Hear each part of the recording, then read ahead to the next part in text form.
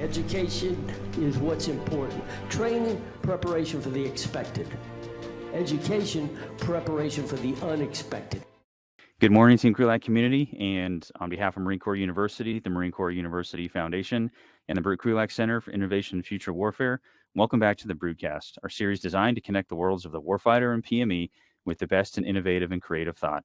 I'm your host, Major Ian Brown, Operations Officer at the Krulak Center. Please remember, before we begin, that all opinions expressed here are those of the individual and do not necessarily reflect the views of the Krulak Center, Marine Corps University, the United States Marine Corps, or any other agency of the U.S. government.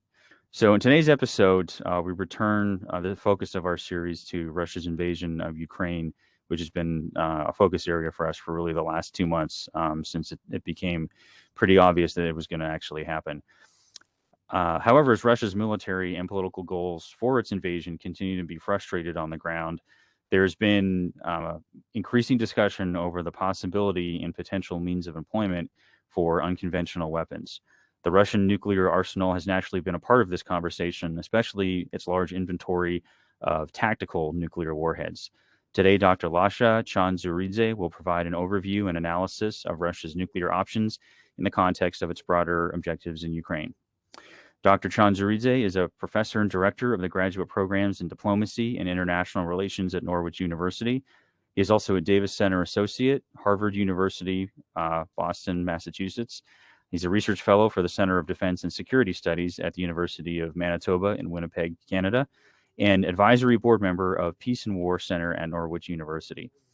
He earned his PhD in international relations from Queen's University in Kingston, Ontario.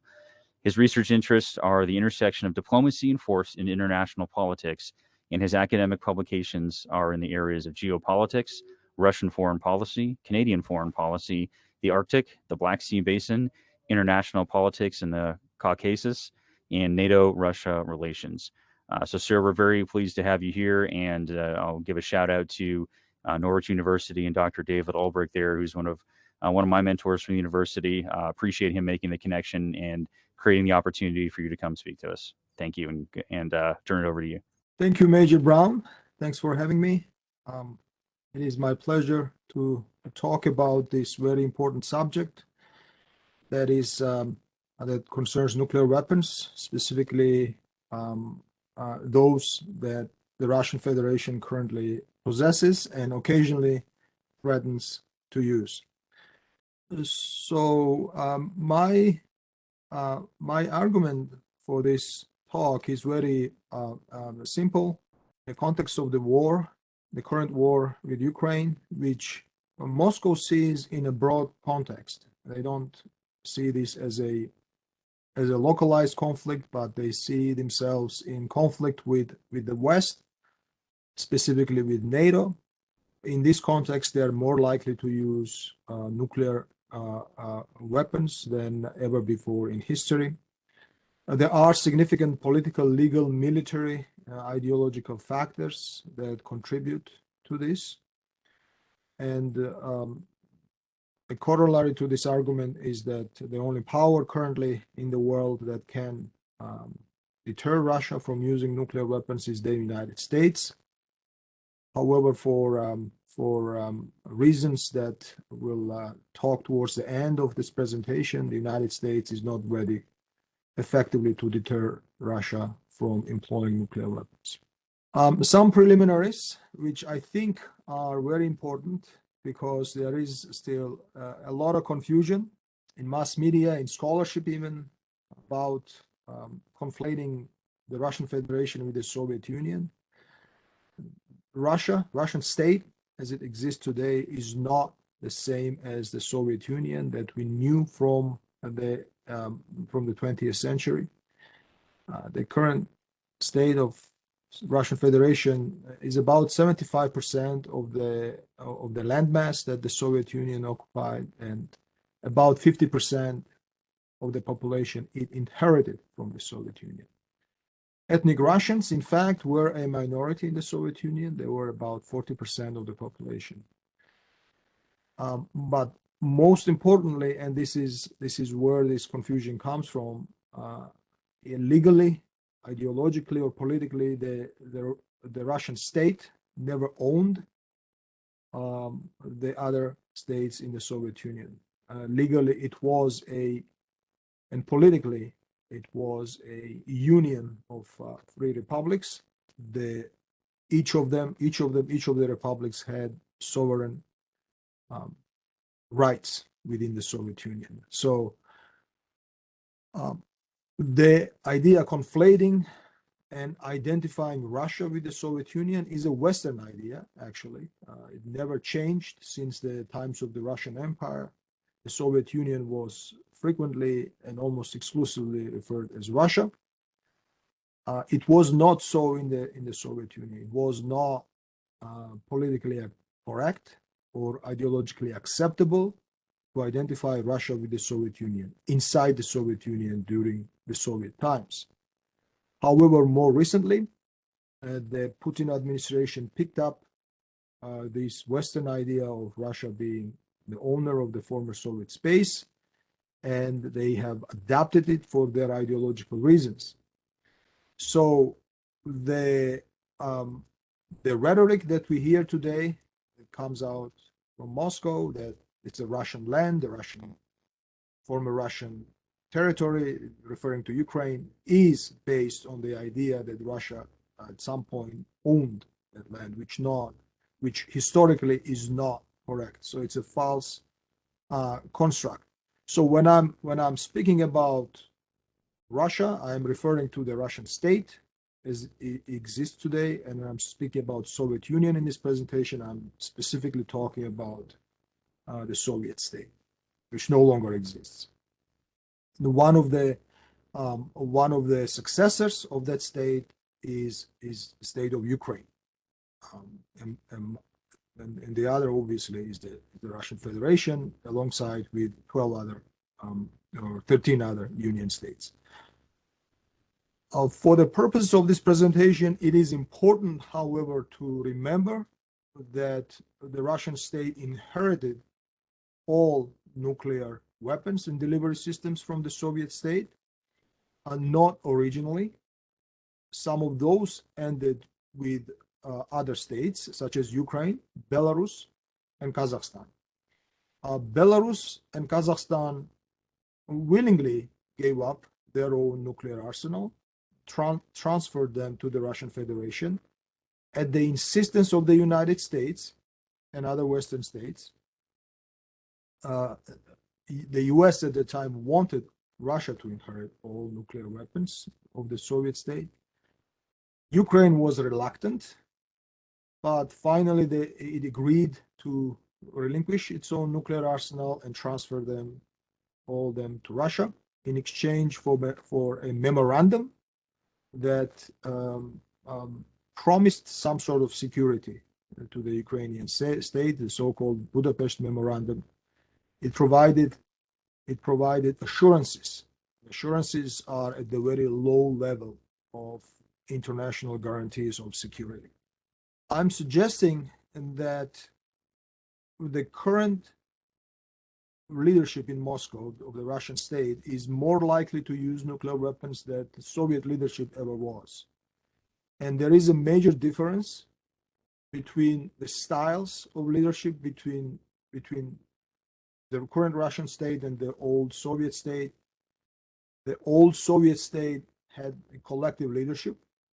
The state was run by Politburo, a political bureau of the Communist Party of the Soviet Union, which had one person in charge, the chairman of the Politburo, Secretary General of the Politburo, but other members of the Politburo were also very influential, and they've had frequent meetings, and the other members can criticize politely, obviously, and gently their chair. But there were checks and balances that way. That's what I'm trying to suggest. So in comparison, the current Russian state has a sole leader, Mr. Putin, who is president of the Russian Federation, and even more so, he has more recently has become increasingly isolated from other leaders of the Russian state. Some people suggest that he lives in a sort of echo chamber. He hears things that he wants to hear, and he talks about the issues that he likes to talk about, and seldom entertains opposing views or tolerates criticism. This started sometime during the pandemic, perhaps triggered by the pandemic, but even before, Putin's leadership was near absolute in Russia, since for about 15 or 17 years now, he has been firmly in charge of the Russian state. Among the leaders of the Soviet state, a very important position was held by Minister of Defense of the Soviet Union. And that person was normally a top military in the Soviet armed forces. And historically, all of them were decorated war heroes from the Second World War.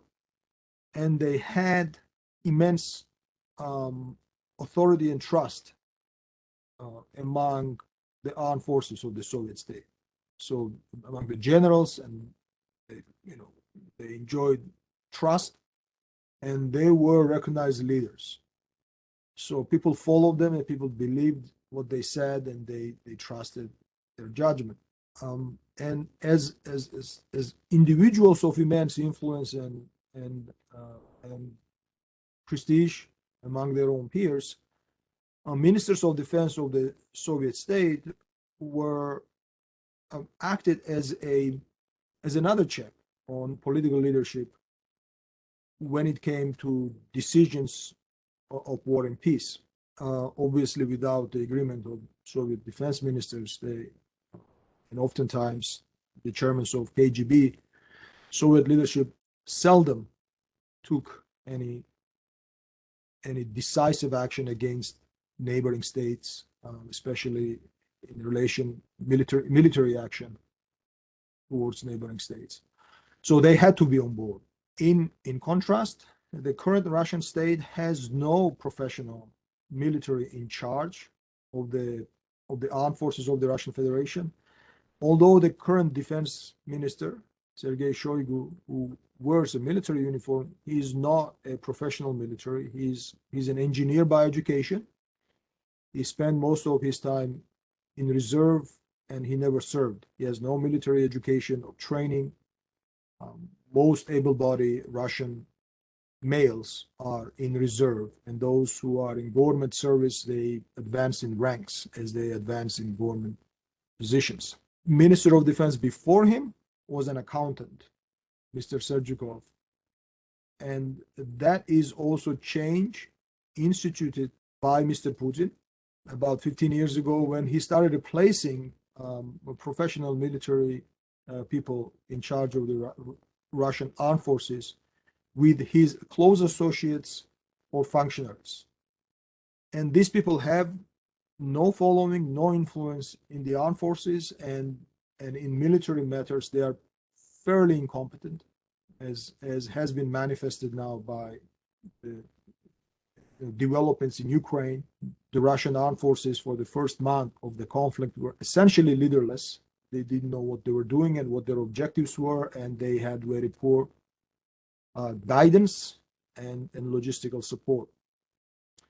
This again, if a Russian leader were to decide to use nuclear weapons or weapons of mass destruction in general, including chemical weapons, he has no check there. There is no one in the military at the top level can stop him or advise him otherwise or suggest him, convince him, because no one in his immediate circle has that sort of influence and following in the armed forces. And Shoigu at the same time is one of the closest associates of Mr. Putin.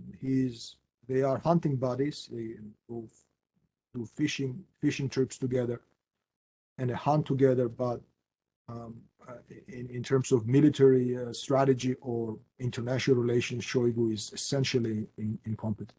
The legal factor is very interesting, because soon after the war with Georgia in 2008, the Russian Federation had a lot of reforms done at the top level of the military, how the military was organized, how it was supplied, funded, and they also revised the military doctrine of the Russian Federation.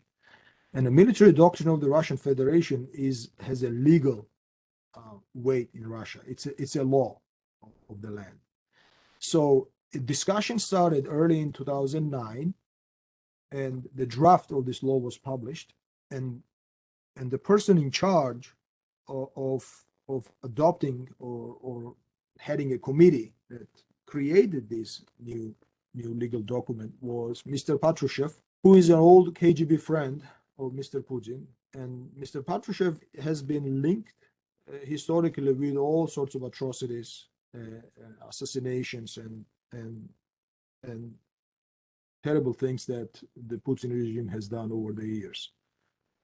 So in the initial draft, it was where the most people caught this right away, and there was a lively discussion about this in Russia and outside Russia. One of the provisions that for nuclear weapons, the application of nuclear weapons, the doctrine provided was using nuclear weapons against a non-nuclear state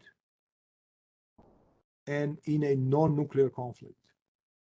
In a general conflict situation, regional conflict, local conflict situation. And the word they used, still, some experts still repeat it today, to this day, they still remember. The approach was to escalate in order to de-escalate conflict. And that was a dramatic departure from the previous military doctrine that the Russian Federation had under Mr. Yeltsin, and definitely and very dramatic departure from the Soviet military doctrine, according to which the Soviet state legally promised not ever to use nuclear weapon as first, not to conduct first strike, in other words, and not to use against non-nuclear state. Now, when the discussion happened and the state leadership in Russia heard many different opinions, objections, ideas about this, the final draft, and Mr. Patrushev defended this provision, the doctrine. After about a year, the final draft was published, and that section was missing and was replaced more general provision, more familiar to us, that the Russian state reserved the right to use nuclear weapons in the cases if it was attacked by another state, it was about to collapse, and also to defend its allies. So, although now this is an interesting thing, although it's not this sort of legal provision to use nuclear weapons against non-nuclear state is not in the final draft of this document, which was again revised in 2014 after the annexation of Crimea, people still talk about it because it was not an accident that the closest associate of Mr. Putin had this version of the draft championed and promoted for almost a year. They made sure that everyone in the world heard about it, but then didn't include it. So many people think that this actually is still a policy of the Russian state to use nuclear weapons if all else fails in a conventional conflict against a conventional and a smaller conventional power, which we have today in Ukraine. So, however, my point here is that Ukraine is not likely to be a target of Russian nuclear strike, but Russian leaders have emphasized since at least 2008 to the war with Georgia that their main enemy was the West, NATO. They call it NATO, and their main objective was to break up NATO. And they've talked about this frequently over the last 14 years or so in many different contexts, and they emphasize development of new offensive weapons, capable of carrying nuclear warheads, and they have had a stated objective to achieve supremacy over the West, over NATO, in terms of offensive nuclear weapons capabilities. And currently they believe that they have this advantage. And this is also an interesting factor that I think we don't pay enough attention to in the West, especially in the United States. The Russian propaganda, Russian war propaganda, and Russian hate propaganda today is much worse than it ever was in the Soviet times. Like I was a political officer towards the end of and I grew up in the Soviet Union, was born there, was educated, attended the military school there, served in the Soviet Army, and for the period that I was in school, and during my service, I was in charge of political information, as they called it in those days, meaning that I was supposed to lecture my colleagues, students, or servicemen about political issues every week. So every Tuesday morning. So I was not allowed, and my colleagues, obviously those who were older than me, and in the Soviet state in general, to describe someone, anyone, any nation, in totality as the enemy of the Soviet Union, or as evil, or or dehumanize them, or to denigrate them somehow. So we had to frame everything, and the Soviet ideology, it was part of the Soviet system to frame the enemy as a class enemy. So if the United States was the enemy of the Soviet Union, it wasn't because the American people were bad or American people were enemies. No, it was the ruling class of the United States, the imperialist class, the predatory class that oppressed both Americans and was trying to oppress the rest of the world. And the same was true during the Second World War. You may find Soviet propaganda during the war as going out of its way to portray the ruling Nazi and their supporters as enemies, not the German people. It's very different in Russia now. The Russian propaganda now dehumanizes and denigrates the United States as a nation. The Americans are there. It's not the class, it's not the subsection of the population, but the United States is Britain is the enemy. For 8 years, the Russian state-controlled media dehumanized Ukrainians. All sorts of abominations they've said about Ukrainians, constantly, daily. The talk shows that they have, state-controlled television. The barrage of this hate propaganda is constant, has been constant, and still goes on. And the U.S. and the West and NATO is a target of that propaganda. So you may think in the United States that's a minor difference, but it's not. If you're a recipient of this ideology, of this propaganda, you feel different. You feel different if you're told that, okay, that subsection of the population is bad, they're all predatory individuals and exploiters, as opposed to the entire nation is bad and evil, and they're trying to get us. So it prepares your people, your audience, for different outcomes if you have different messaging going on. And in the Soviet Union, actually, it was illegal to call any nation or ethnic group in denigrate or dehumanize, because it was viewed, even in the criminal code, one of the provisions that was attempt to create ethnic strife or promote ethnic nationalism, which was in the Soviet, according to Soviet ideology, highly illegal. And then finally, we come to this military factor, which is crucial for when we talk about any military standoff,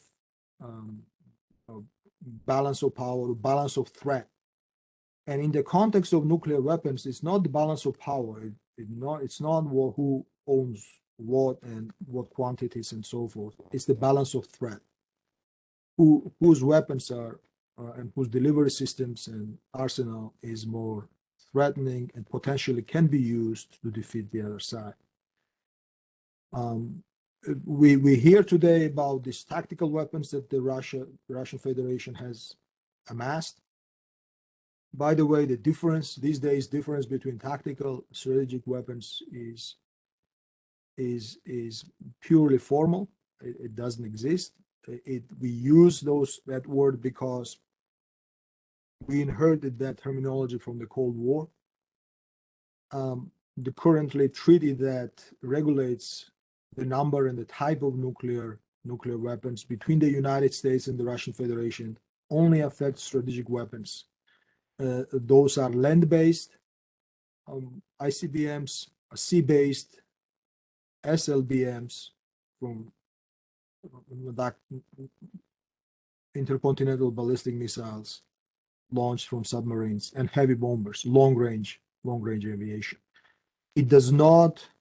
We no longer have a treaty that controls short and intermediate range delivery systems and smaller nuclear warheads that some people believe Russia today has as many as 4,000. And their primary target, you may well understand, because these are short and intermediate range weapons, the primary target of these weapons is Europe, is NATO countries in Europe.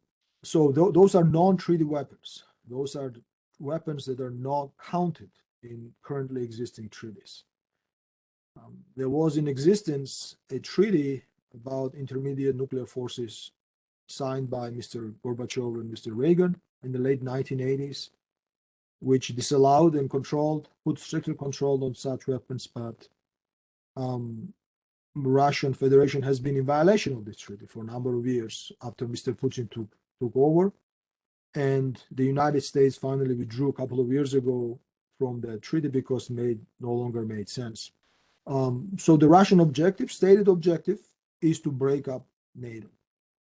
They can break up NATO by attacking a NATO country with a nuclear weapon, and if nothing happens, if people still carry on talking about sanctions and so forth, NATO, especially in this context that we have heightened security, heightened tensions in Europe, will stop to exist as an effective military alliance. The only retaliation that a nuclear attack may deserve is retaliation with nuclear strike. But that, if it's done by the United States, it's gonna involve the entire globe, and it's not rational or feasible, in a sense that there will be more than 1 billion people dead, and the world as we know it will cease to exist. So the current Russian arsenal of this, the photo we see here on, it's a small photo, is a Kalibr cruise missile that has a long range. Actually, it's up to 3,000 kilometers, which is almost 2,000 miles, and it can be launched from submarines, from sea-based vessels, as well as from airplanes and the land-based. And they've been used constantly during this war, obviously without nuclear warheads, but those are the weapons that can overcome air defenses, especially if they are targeting nearby states. And those types of weapons are the primary reason why the Russian Federation, the leaders of the Russian state, currently believe that they have strategic advantage over their adversaries, which is NATO. So for them to effective mode that they have now to get rid of the United States, to disengage the United States from Europe, is to attack one of NATO members, and if it again stays without response, then attack Europe continues to do whatever it does in relation with Russia, that will be the end of NATO. NATO will lose all credibility, and the United States will be out of business in Europe. And the reason the United States is not ready for this, is not ready for Russian attack on its NATO allies, is that U.S. hasn't done any development, any substantive development, hasn't invested in its nuclear arsenal since the end of the Cold War. I think one missile has been developed over the last 25 years or so. The United States still relies on strategic delivery systems. Once again, these are treaty weapons, land-based, sea-based, and air-based long-range bombers.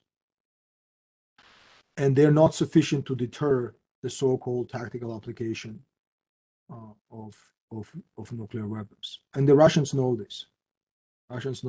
So they, in a sense, the U.S. is behind, and the U.S. hasn't invested. The United States hasn't invested enough, and in upgrading its nuclear arsenal, and most importantly, the United States currently has no equivalent nuclear arsenal deployed in Europe. There are, I think, 100 or so nuclear bombs. Those are gravity bombs stored in Germany, in Belgium, and I think in Turkey. But again, those are outdated weapons, and in this kind of strategic context, they're pretty much useless to deter potential Russian aggression against a NATO ally. So this is an unfortunate situation we are in currently, and if anything were to deter Russian Federation from moving forward and implementing its plan to attack NATO and to somehow to break up NATO, would be the performance of the Russian forces in Ukraine. In other words, the Russian leaders were very confident in their conventional forces' ability to overcome enemy and destroy it very quickly. They believed it was very efficiently run machine, and they also believed the weapons to be superior, much superior than they proved to be. So reality of the war demonstrated that they overestimated their capabilities, and they underestimated their enemies' ability to fight. And they're also overestimated ability of enemies, their enemies' ability to destroy their weapons. And their weapons have, including missiles, have proven not to be as effective, as precise.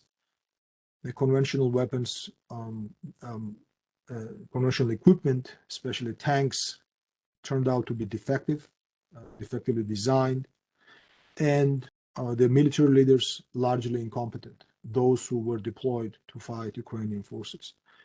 Now, if this is true for conventional forces, it's very likely also to be true to some extent for nuclear forces. So that is something that is a reality that should make those in Moscow pause and think about what they're going to do next.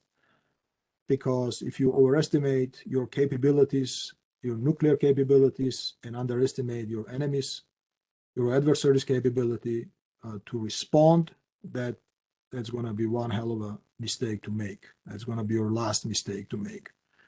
So that's the only thing that I would say would make Russian president and his closest advisors, if he has any left, take a pause and think about it and reassess their commitment to this, to their stated objective to break up NATO, to defeat NATO somehow. So I'll stop at this moment, and if there are any questions, comments, I'll be happy to discuss them. Thank you. We're sort of starting with your last discussion point first here in the questions is, looking at a sort of the deterrent that's not really deterrent, right? Like you noted the U.S. doesn't really have the right nuclear weapons positioned in Europe to have a proper deterrent effect.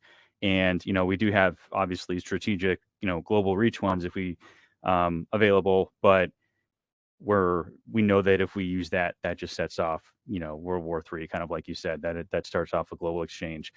Something I have seen mentioned, and I think we might have had some guests on past episode talk about it, is what about the deterrent or lack of deterrent effect for an overwhelming conventional response to, say, the scenario you just mentioned, if Russia employed a nuclear weapon on a NATO country to sort of force that fissure, that breakup of, if NATO does nothing, it loses its cohesion, it loses its value as an alliance. On the flip side, though, we do have ourselves and the Europeans have large conventional forces stationed there as well. Would the overwhelming application of those in a conventional response provide any deterrent effect to doing that? It would take a lot more firepower. It would certainly hazard NATO forces and NATO lives in a way that, to this point, NATO has not been willing to hazard. But if that were a potential option, do you think that an overwhelming conventional response against, vital Russian targets, infrastructure, other military, would that potentially deter Putin's considerations? No, unfortunately, because a small nuclear bomb, that the Caliber missile or Klub missile or any other similar missile or even drone can carry into European territory and attack a target there, can completely destroy a moderate-sized city and kill most of its inhabitants and render that place contaminated for a number of years. And Russia has, 4,000 such warheads. It also has those warheads deployed in the Mediterranean Sea. As we speak now, there are 3 to 5 Russian submarines patrolling Mediterranean, in the Baltic Sea, and armed with the so-called tactical nuclear warheads. And it has land forces, obviously, and air force.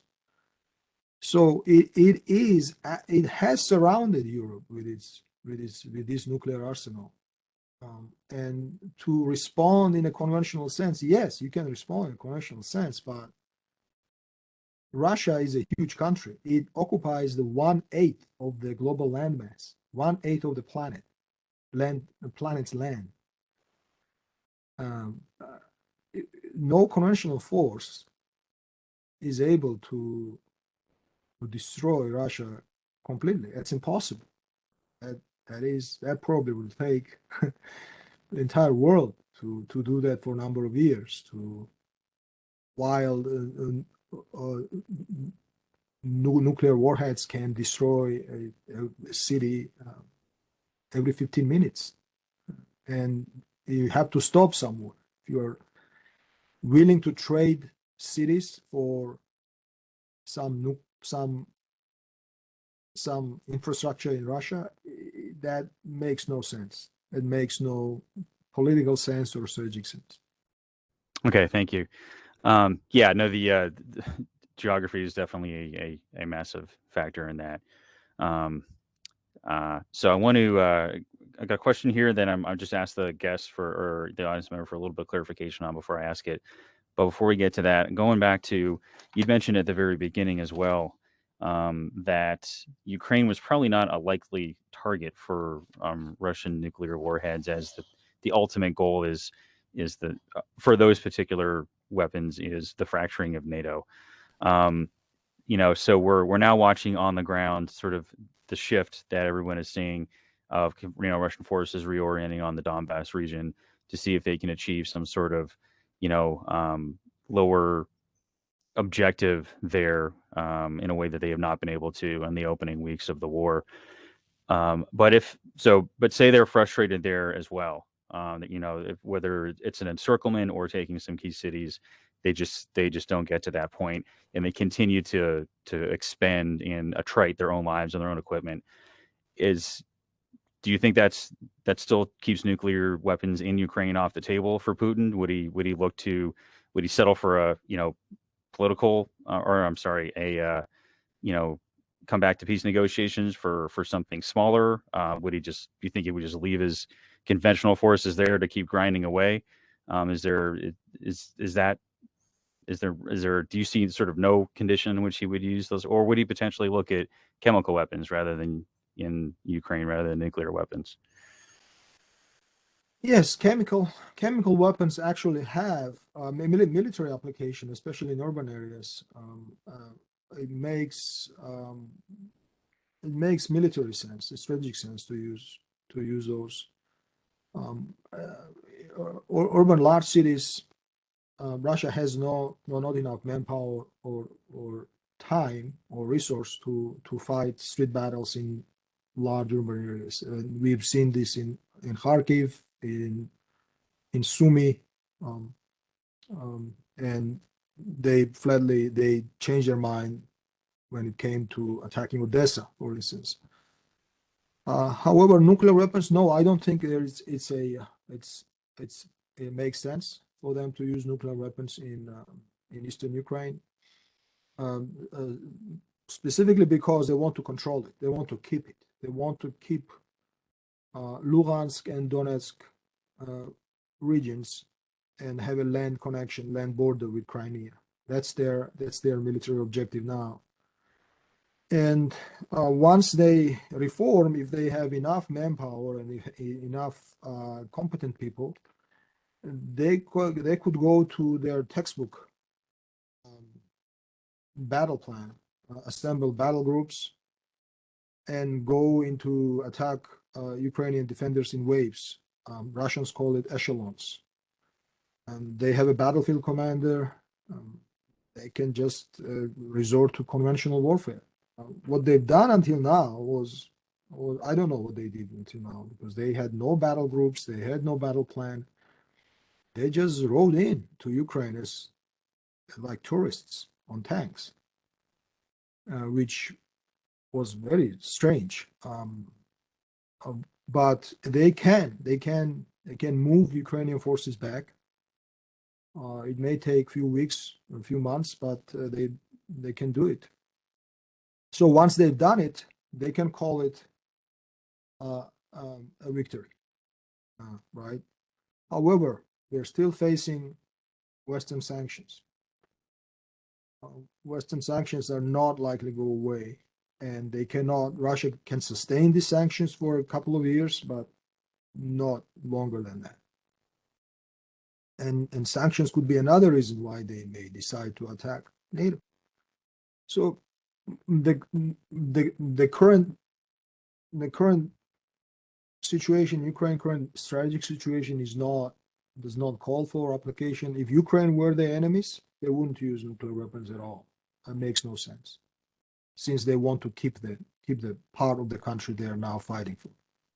Okay, thank you. And I have one more question before we go to the audience here, and that's, kind of looking at current events, especially in the last 24, 48 hours, in terms of the stability or organization of NATO, however you want to call it. There's it looks like Sweden and Norway are both sort of moving pretty aggressively in the direction of trying to come into the alliance sooner rather than later.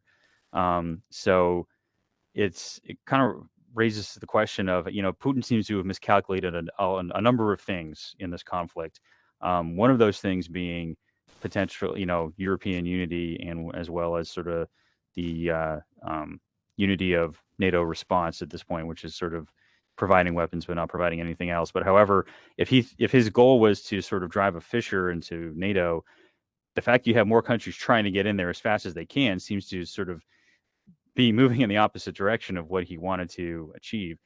So do you think he is possibly maybe miscalculated what a potential NATO response would be if he were to do something, deliver some sort of weapon, whether it's nuclear one is the the most concerning. But if he conducted any other type of strike inside NATO territory, do you think he's potentially miscalculated that the alliance would fissure, or that there would not be a response, or that everybody would, NATO would sort of look around the table and be like, yeah, we're still not using nukes, right? We're not going to do that. What do you think that the calculus is, and has he potentially and missed that one as well? Yes, Sweden and Finland expressed their. Yeah, I'm sorry, Finland, not Norway. Yes, and that is significant, actually. Finland has been adamantly neutral until now, and I don't think it's a decided. They haven't decided to join NATO yet. It's just a conversation at the political level. Now they are kind of sending a message to Moscow by talking about it. So in terms of Mr. Putin's miscalculations, he has miscalculated a lot of things, and the primary thing that he miscalculated was the Russian intelligence service, and there are a number of reasons for that. There's a rivalry between FSB, Russian counterintelligence, and Russian intelligence service, and the assessment in Ukraine was given to FSB, the fifth service of FSB, whose leadership now is under arrest for their failure in Ukraine. So the number one thing they miscalculated is the proper assessment of their enemy, specifically on the battlefield in Ukraine, and also assessment of the potential reaction from the West, and that's foreign intelligence service of Russia. The West, the United States specifically, and Western allies have been pursuing policies of appeasement since 2008 towards Russia. And the Russian leadership thought that appeasement would continue with Ukraine. If they had won battle for Ukraine in 3 days, as some people argue that they wanted to capture Ukraine in a few days, FSB failed to deliver the results. That didn't happen, so the appeasement went away. So in the mind of Russian leadership, had the West, when Russia attacked Georgia, which was the most pro-American state probably in the world at the time, and they thought that the West would react more decisively, but instead the United States and Obama administration and European states started to appease Russia. That was the calculus. That was actually discussed at the final meeting of Russian Security Council, which was televised. And the former President Medvedev spoke directly about that. He said, we would go into Ukraine, they're going to impose us some sanctions, but then they will come back to us and they will ask those sanctions to be removed themselves. So they didn't expect major battles in Ukraine, they didn't expect major sanctions, and they also expected that the sanctions would be nominal and inconsequential. So obviously that was huge miscalculation. Great, thank you. All right, question from the audience here, and then we'll see what other questions we get as we get close to the top of the hour here. But from Nick Van Dyke, and he's asking your thoughts on whether a future U.S. or NATO potentially capability in terms of low-yield nuclear weapons, sea-launched cruise missiles, or similar type thing. I think the low yield is the important factor here.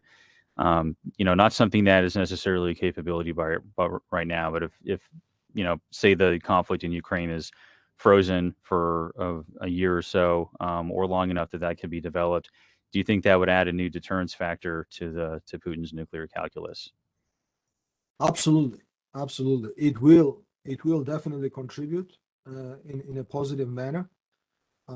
Keep in mind that the Russian leadership, especially people like Putin, do not favorably view anything but force. they respect force. They don't respect this sort of kind of talking about sanctions. Talk about sanctions, especially so much talk about sanctions, they hear it as a permission to go and fight. Or sanctions, word sanctions for them means that you're not gonna do it. But if you have proper weapons in place, if you have the proper distribution of forces in place, in Europe or elsewhere, they will consider it and they will view this as appropriately. And there are some imaginative thinking that the American military leadership has to do in order to develop proper weapons and proper delivery systems, whether it's a low yield or also weapons that could be delivered covertly if need be. That would take into consideration the new strategic reality that we have been facing for a long time, but we didn't realize it until the war in Ukraine. Yeah, no, I would agree. I think imaginative thinking across a lot of domains is going to be kickstarted by this, just because we're learning a lot of things about our competitor, potential adversaries, and also finding that a lot of our own assumptions have been erroneous. So as horrible as it all is, I know at the Krulak Center side here, at least, and inside parts of the Marine Corps University and the Marine Corps, imaginative thinking is becoming more and more. It's not a nice to have, but it's going to be very necessary for future considerations, whether it's Russia or another competitor. Okay, we're don't have any other direct questions here in the chat, and we're getting up to the top of the hour, so we'll go ahead and wrap things up here. And then, sir, if you want to have any last final questions or comments, go ahead and turn it over to you. Well, thank you, Major Brown. It has been a pleasure. Thank you for inviting me. And I think for us, for this generation, for our generation, this is and your generation, people in the uniform. This is a war that's going to define your service. So we have to be very vigilant, and we have to be ready for the unexpected. Hope for the better, but prepare for the worst. Thank you. Yeah, thank you very much. And I, as like I said, the Marine Corps and the U.S. military looking at itself as places where learning has to happen. We always say that if we'd rather learn from the experiences of others rather than have to learn from our own direct and bloody experience. And so I know there are many eyes looking at the lessons coming out of Ukraine in terms of both conventional military considerations and unconventional, to learn those lessons so that we can use them to avoid that bloody future of learning ourselves. So to Dr. Lasha Tchantouridzé, thank you very much for your time today. And our thanks again to Norwich University for making you available to us for this talk. For our audience, everybody, thank you for joining us this morning as well. We will have another Down the Rabbit Hole episode coming here probably later today with Dr. Yuval Weber, our resident Russia SME. And I believe we're going to be looking specifically at the military situation in the Donbass. And like I said, I think this talk is a good complement to that. And then looking out at the schedule for the next couple weeks or so, next Wednesday, April 20th at 9 o'clock, a joint brewcast / Middle East Studies Research Talk. We're going to have Vice Admiral retired Pascal Assur on to talk to us about rising political and economic tensions, including within NATO in the Eastern Mediterranean region. Admiral Assur is director of the Mediterranean Foundation of Strategic Studies, and he'll be talking to us direct from France. So we're very grateful to Middle East Studies for arranging that and making that available to our audience. All right. So for everybody else, again, thank you for your time. Doctor, thank you as well, and have a good day. Education is what's important. Training, preparation for the expected. Education, preparation for the unexpected.